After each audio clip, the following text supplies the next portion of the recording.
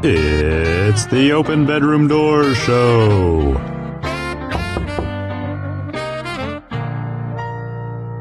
I'm Angela Skirtu, and I open bedroom doors. Welcome to the Open Bedroom Doors Show.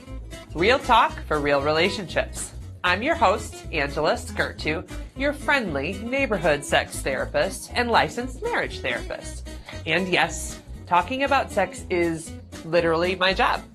I started this show because, let's be real, most of us didn't get sex education. We're out here fumbling through love, intimacy, and awkward bedroom moments with zero guidance and a lot of shame. Time to fix that. Here's what you can expect every episode. Sex positions. We start off hot by judging something wild, weird, or just plain wrong in the media or culture. You'll laugh, you'll cringe, you might even learn something. Next, we move to guest interviews. I chat with fascinating folks, sexperts, storytellers, and everyday humans with juicy stories and powerful insights.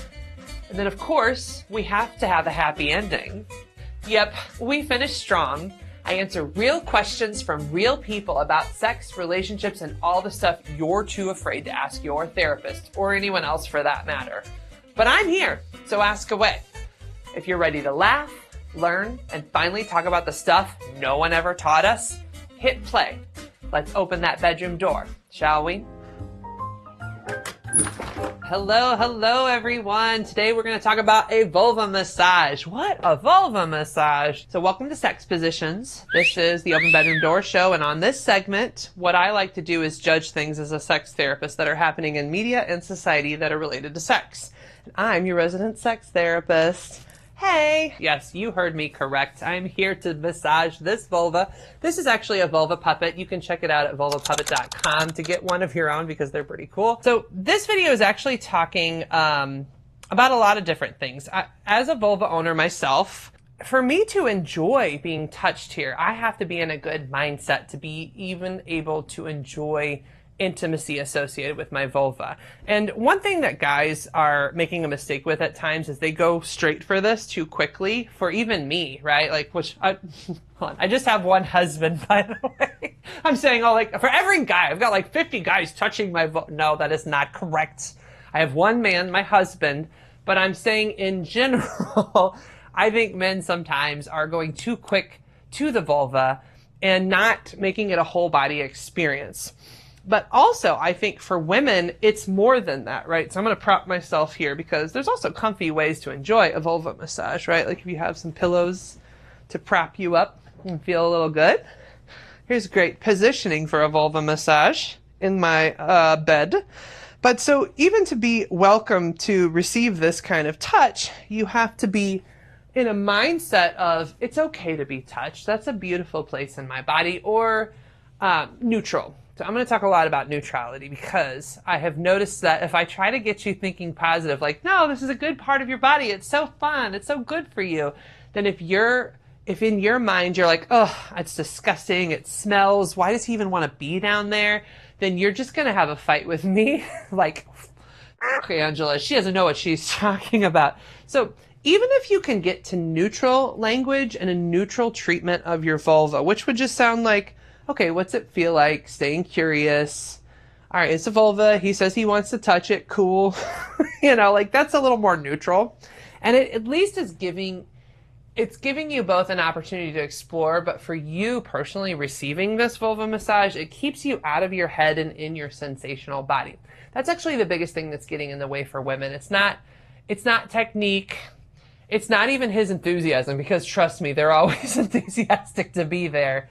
It's your own relationship with your body that gets you out of sex. And that's the problem for most women, is that we're so up here, like, am I fat? Am I ugly? Even here, like, I'm in this outfit and every now and then I'm like, oh, is my belly showing up in the right way on camera? Which maybe it did, maybe it didn't. I have to do it anyways, right? But those are the things that even me talking to you on camera, I'm overthinking as a woman. And these are the things that as women are getting in the way of our sex life, right? So like if he's here and you're like, does my belly look fat?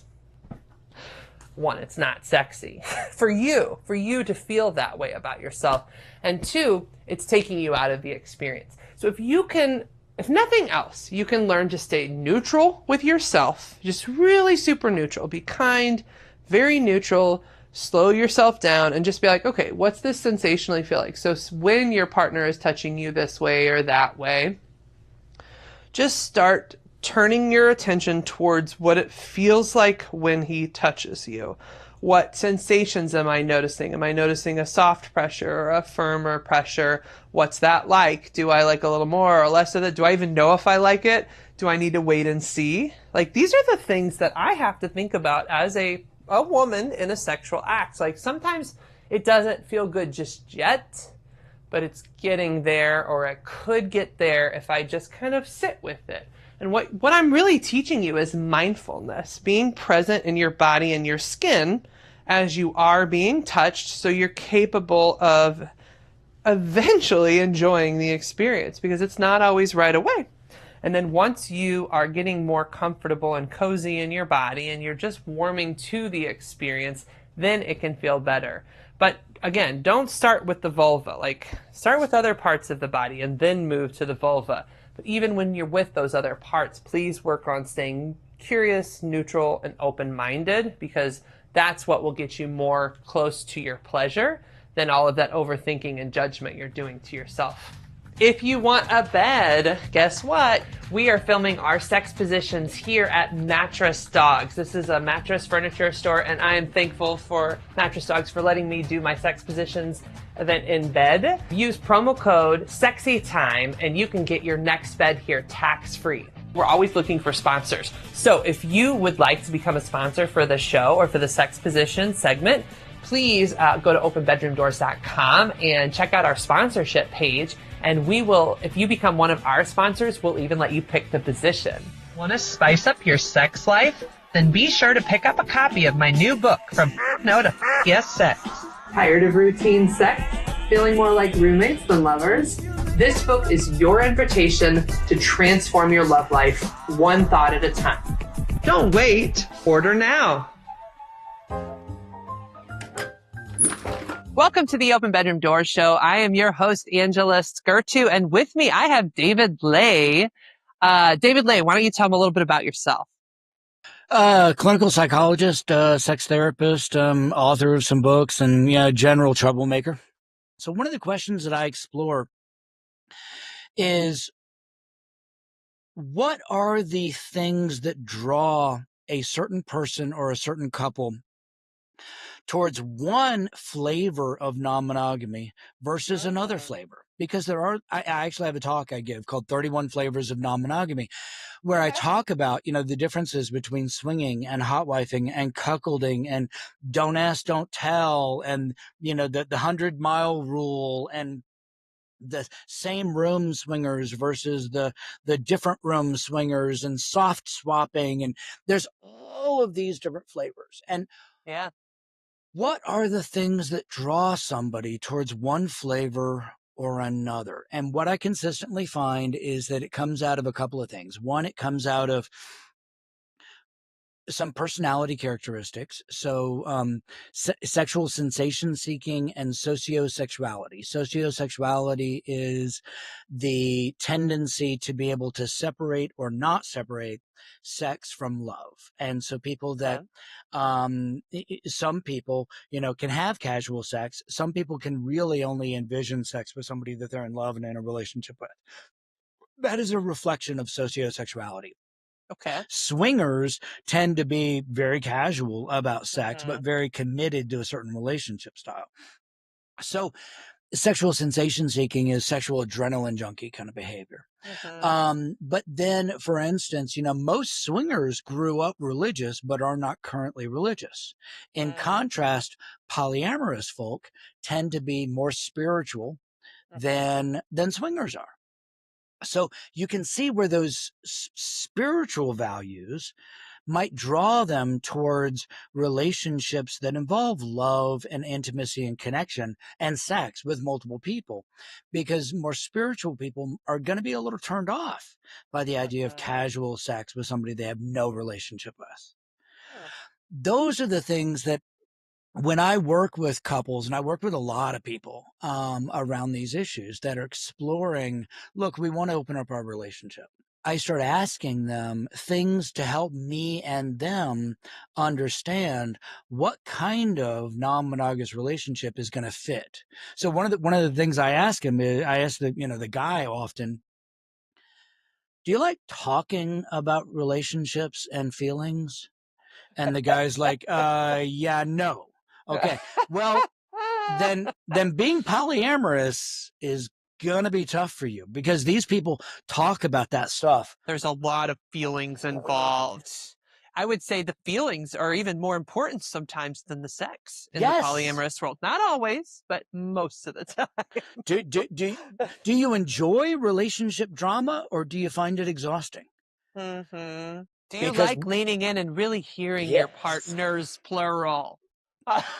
Or do you are you more attracted to the idea of adventurous sex and then going home, safe with your partner? Because No strings attached, no right? strings attached, right? Are you worried about catching feelings? In the swingers community, Mm-hmm. they oftentimes will have lines where, the rule is you can only have sex with somebody else 3 or 4 times because more Mm-hmm. than that, you might quote catch feelings. Well, and there are even unique ones like no kissing because they That's want to right. try That's to right. prevent, not on all of them. So I want to make sure everybody listening, these are some people, not all people. And even in these swinger and polyamorous lifestyles, because I work with all the people, like we're both sex therapists. It's our job to work with all the people across all the spectrums.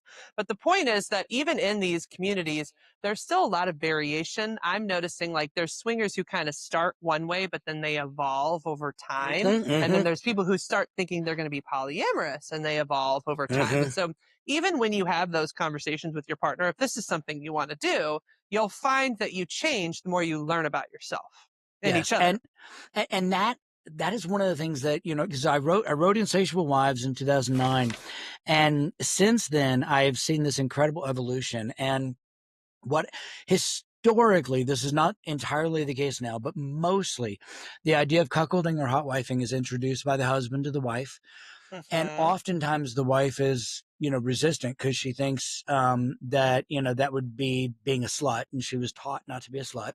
Mm. And the husband is like, no, no, no, I'm really turned on by the idea of you being a slut. Is there a way we can do this? But what's fascinating is that as the wives embrace this, it frees them from a lot of the socially imposed rules around their female sexuality and their own ownership of their sexuality. And what I see is couples that start with cuckolding, Mm-hmm. and then the wife is like, well, actually, I've always been into the idea of being dominated by a man. And so now they go find male partners that will dominate them instead of the wife dominating her cuckold husband. Mm. And I've seen couples where the wife is like, yeah, this was fun, but I really want an emotional relationship. I really Yeah. want, more poly. And so they evolve towards poly in their relationship strategy. And maybe that still works for the husband who's into cuckolding, or maybe it doesn't. But that what you just described, Angela, the etiology, to use that big fancy word, the the Ooh. the life course of these patterns is fascinating, and it is playing out in front of us right now. Mm-hmm. As we're seeing what kind of sexual lifestyles, relationship dynamics people will embrace as they learn more about themselves and what turns them on and what they enjoy, compared to what society told them was Mm-hmm. right. Well, something that comes up too, David, is that you don't know what you don't know, right? So like people hear about it in porn, people hear about it around the bend. Maybe they saw the the Jimmy Fowler, or what is that who it was? Jerry Falwell, Jerry yeah. Fowler. Yeah, okay. So they see the Jerry Fowler documentary, they're like, maybe this is something I want to do, right? So there's your idea or fantasy of something, and then there's real life. And that's how the evolution occurs, right? Is that when couples do this well. So first I want to give some statistics. The first year of opening up a relationship is the make or break year. Right. And couples who grow in emotional intelligence get better at their communication. Like it basically is an amplifier. So like it amplifies, like I see it as like it shines a spotlight on every issue that you potentially have not addressed in your relationship. The couples who take this as a growing year to figure out each other and learn how to communicate better are the ones who then like continue on it basically because they've grown and then they continue to evolve. But it is a make it or break it year. So there's other couples who, when it shines a light, it becomes what I call exit non-monogamy. And basically it does start the end of their relationships. And so I do want to put that out there. If you're interested in doing this, there is a risk that you will break up simply because it amplifies those problems that you're not talking about well.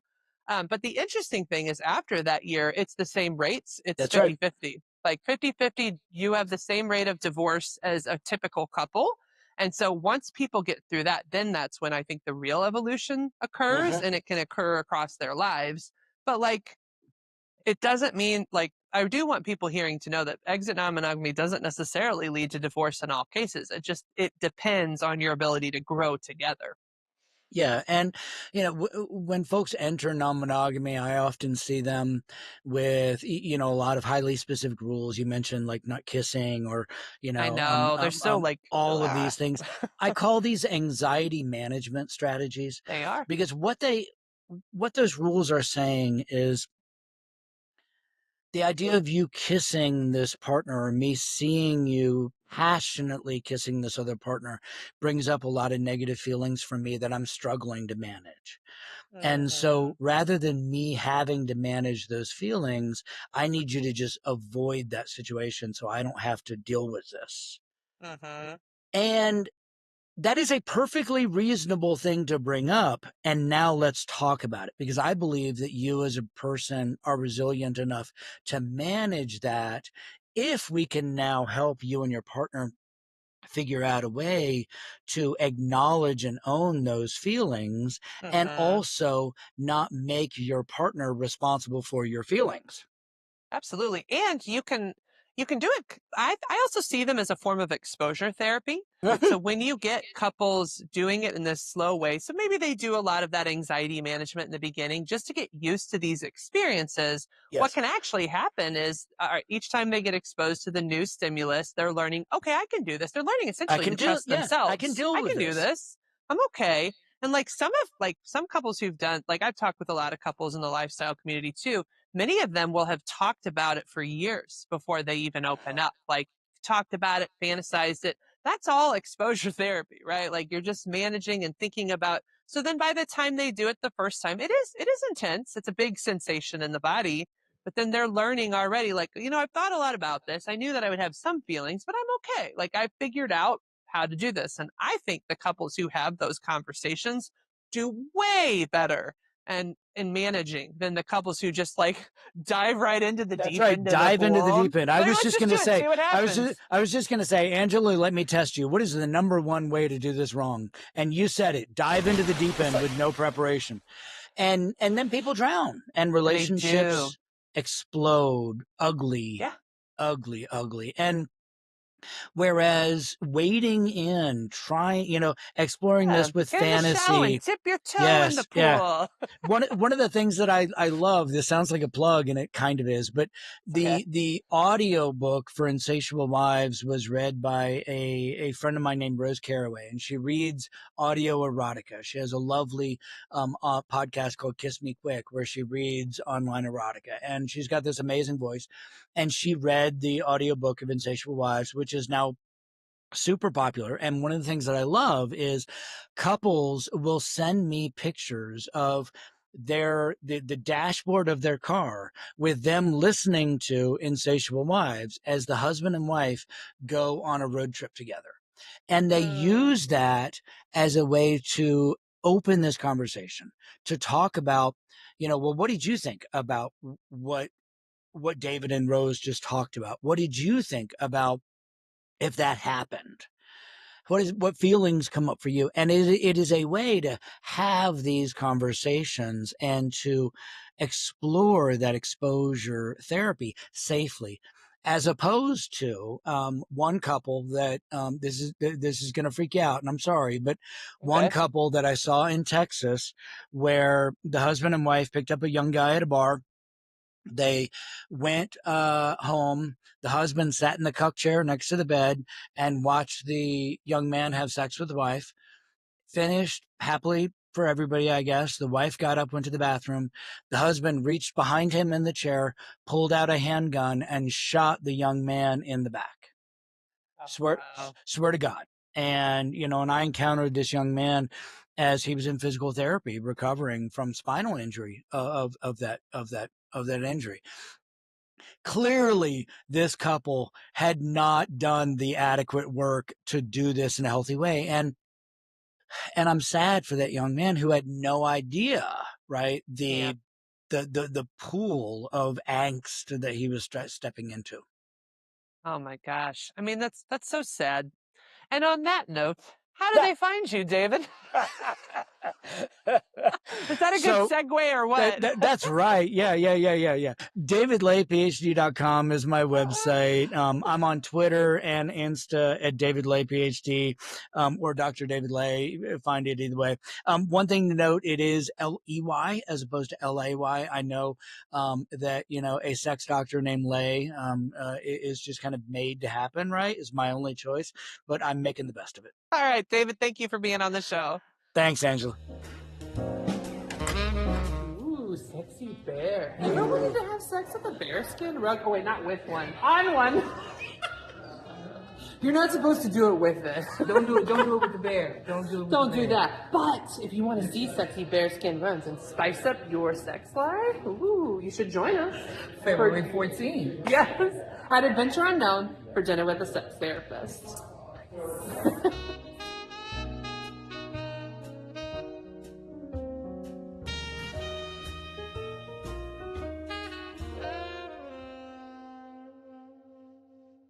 That's too spicy. Well, guys, on the Open Bedroom Doors show, we often have content that's a little too spicy for your typical social media platforms. So, for those of you who are like, I love everything Angela Skirtu and I want to know all the spicy details, we actually have a space where we put the uncut shows, and it is at patreon.com/openbedroomdoors. So you can subscribe to that channel and get all the behind the scenes, all that spicy stuff that I wasn't able to put in the show. That's too spicy. So I hope you can join me at patreon.com/openbedroomdoors. Keep in mind, that is how you support me. So it is a subscription channel where you have to pay to subscribe, but you are becoming a supporter of me and putting out this awesome content as a result. So please join me for those spicy, spicy things. I'm Angela Skirtu, and on every show I answer one of your sex questions. Joining me as always are my BDSM bears, Barry Bonds and Consent Cub. If you'd like to have your questions answered on the show, please submit a question in the comments below, or you can submit a contact form at my website, openbedroomdoors.com. Can couples really overcome infidelity and have a healthy sex life again? Yeah, actually, that's my job. That's my job all day, every day. So I am a sex therapist and a marriage therapist. And I would say 50% of my client population is people getting over infidelity. And crazy thing. So here's how you get good sex after an infidelity. What I have to help my couples do is stop any lying at all and just get really honest. And that means both ways. When I get couples being raw, honest, and real with each other about the things they've wanted all along, and I'm not even just talking about sex, things they've wanted, personally, I want us to travel, or I wish we had a hobby, or I wish our whole lives weren't all about the kids and work. I need more out of life. And if I can get both of you being honest, raw, and real, the natural outcome is you start having amazing, mind-blowing sex. Because that's one of the things that leads people to infidelity, is instead of talking to each other about these things you've wanted all along, you hold them in, you judge yourself, and you say, my partner wouldn't be open to this, I shouldn't share this, maybe it's just me. And you do this all in your head, and then eventually that becomes the justification for cheating, which, don't cheat, but all of you do. So, not all of you, but quite a few of you have. I'm a very busy therapist. So the way that people heal is by being raw, open, and honest with each other. And what's crazy is that's how you fall in love again. When you start like meeting each other with reality and like honest, non-judgmental conversations, it makes you fall in love again. And what I'm seeing is couples after infidelity having crazy good sex, but only if they lay it all out on the table and start being themselves again. Well, that's a wrap on this episode of the Open Bedroom Door Show. Real talk for real relationships. If you laughed, learned, or blushed a little, you're welcome. Don't forget to like, subscribe, and share with a friend who needs a little more real talk in their life. Got a burning question about sex, love, or relationships? Check out openbedroomdoors.com and submit a contact form. Your question might just be featured in the future Happy Ending segment.